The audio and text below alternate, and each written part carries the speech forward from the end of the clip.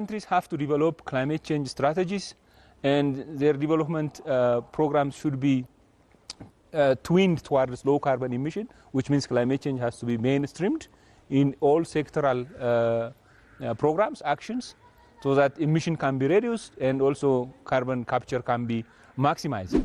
We still have to do a lot in terms of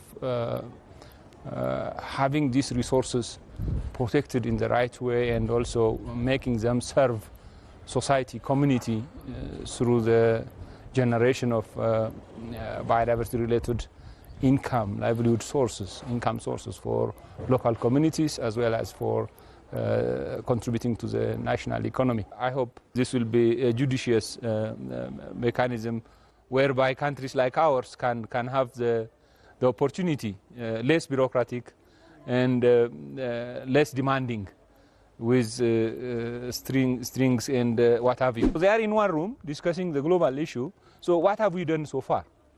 And where do we go from here? And what should we do?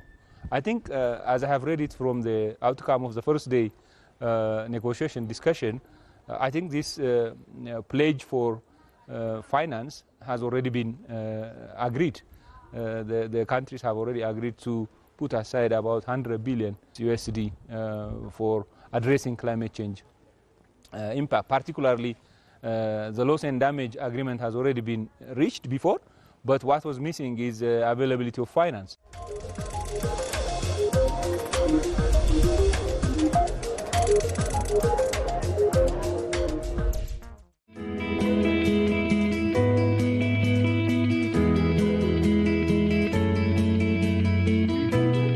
Let me take you back to Ethiopia's situation, especially vis-à-vis its Green Legacy Initiative and the climate-resilient green economy.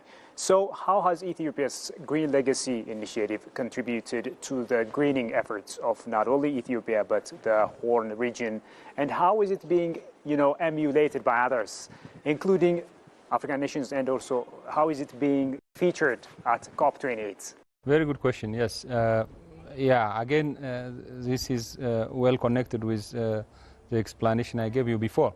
So one of the main issues that countries will discuss in the COP28 is what have they done and what progress countries have made.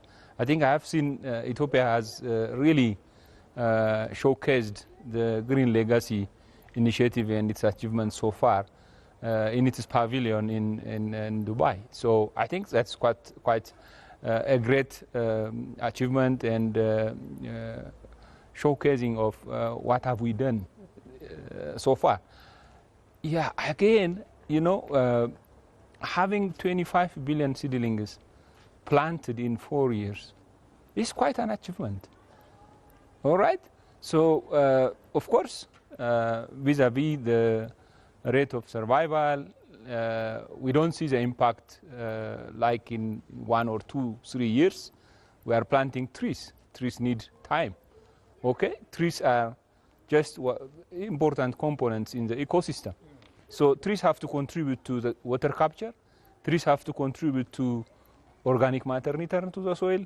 Trees have to contribute to the return of other biodiversity species like microorganisms, other plants, small plants, okay, and other wildlife as well. When this is achieved, the full functions and the capacity to produce the required goods and services from the ecosystem will be reversed. So Ethiopia has just laid down the foundations for that. So I think the brunt of climate change will get very much serious and serious year after year from now on. So the impact is also not uniform or similar to other countries, to all countries. So you get the impact, you get the loss and damage based on the level of preparedness that you put yourself in. So in that regard, Ethiopia has really made itself in a good position by planting this much number of trees in its different landscapes. So the impact that we will see after 5 or 10 years will reveal how that contributes to the capacity of the adaptive capacity of the nation as a whole in terms of food production, self-sufficiency, in terms of protecting nature itself. So yes, taking this as an example by other African countries, I think again the numbers themselves say it all. 25 billion trees, you know, countries have to be really surprised and have to raise their eyebrows. Whoa, where am I? Kenya has learned a lesson, I think, from us. So they have started also this annual tree planting program in millions, not in billions yet. So same with other neighboring countries. Same with other, even I have seen countries as far as away from the African continent mentioning the example of the Ethiopia taking this bold decision to plant this much number of trees every year. So that is quite an example for us to share. Coming back to the climate resilient green growth strategy, the Green Economy Development Strategy, the CRG, as you know, this has been already under implementation since the last 1 or 2 decades. Okay, so our development programs are already designed in such a way that we cannot ignore anymore climate change. So we have prepared sectoral strategies, adaptation strategies. Agriculture sector has adaptation strategies, the water sector has adaptation strategy, the livestock sector has adaptation strategy. So I think compared to other nations, I can say we have really made very significant progress in that regard. Take the example of also RED. Okay, that's another dimension that we can mention of the CRG. RED has already made a big progress, particularly in one region, and is generating significant amount of funds already from the carbon market. And yeah, I think these are examples that we can mention of what steps we have taken and what examples or experiences we can share to our neighbors and beyond. Therefore, at COP28, Ethiopia's showcasing of the Green Legacy Initiative and its achievements, I think it's a well-designed and a well-thought-out strategy to share what we have done, the experience, and how was it possible for us to achieve this?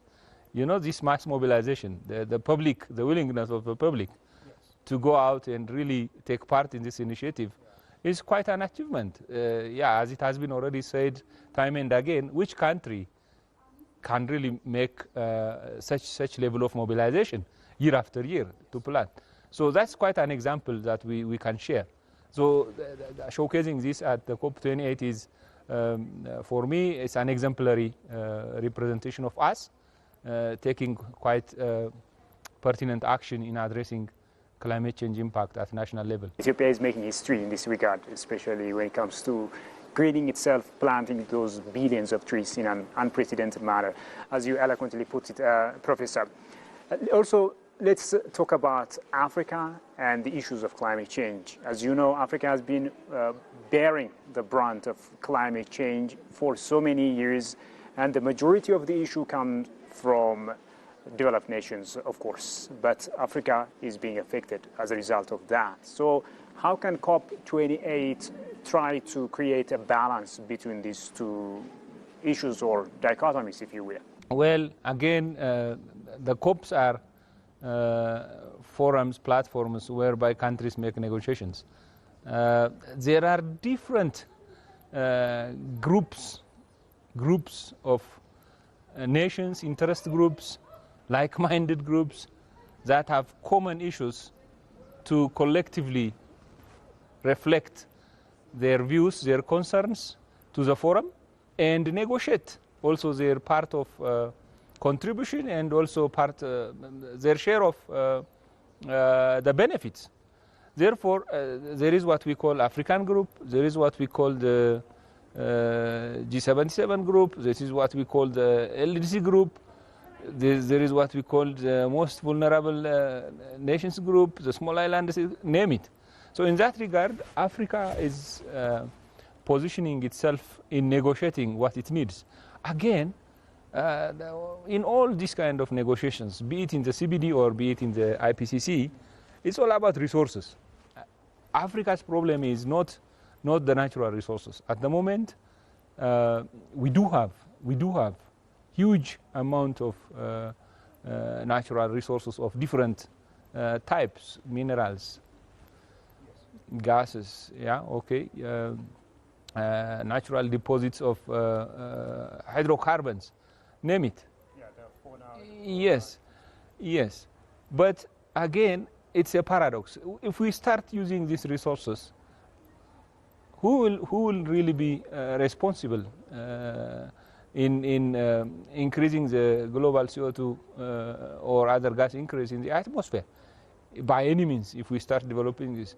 So in order to shift our economic development pathway into low carbon emission and sustainable pathway, by making transformative change in the energy sector, the wealthy countries, the wealthy nations, as they promised, as they are also the most responsible bodies for the climate effect on these developing countries, have to put aside sufficient amount of resources. So that is the main issue of negotiation.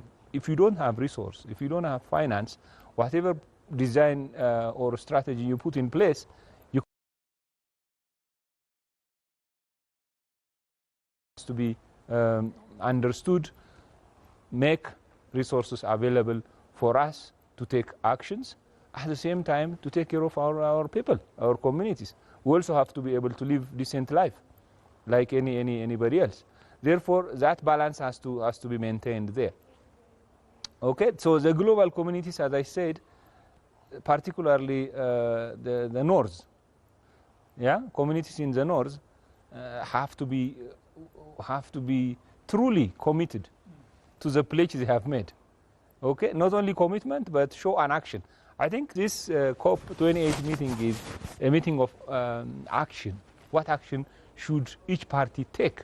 So for us, it's putting workable strategies, implementable strategies in place, both in addressing climate change and biodiversity issues.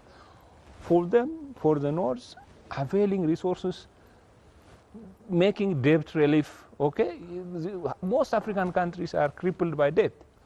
So how are you going to put resources for this purpose while you are servicing those debts? So there has to be some level of compromise and understanding as global communities if we have to make change at the global level, or if we have to curb these two curves collectively together.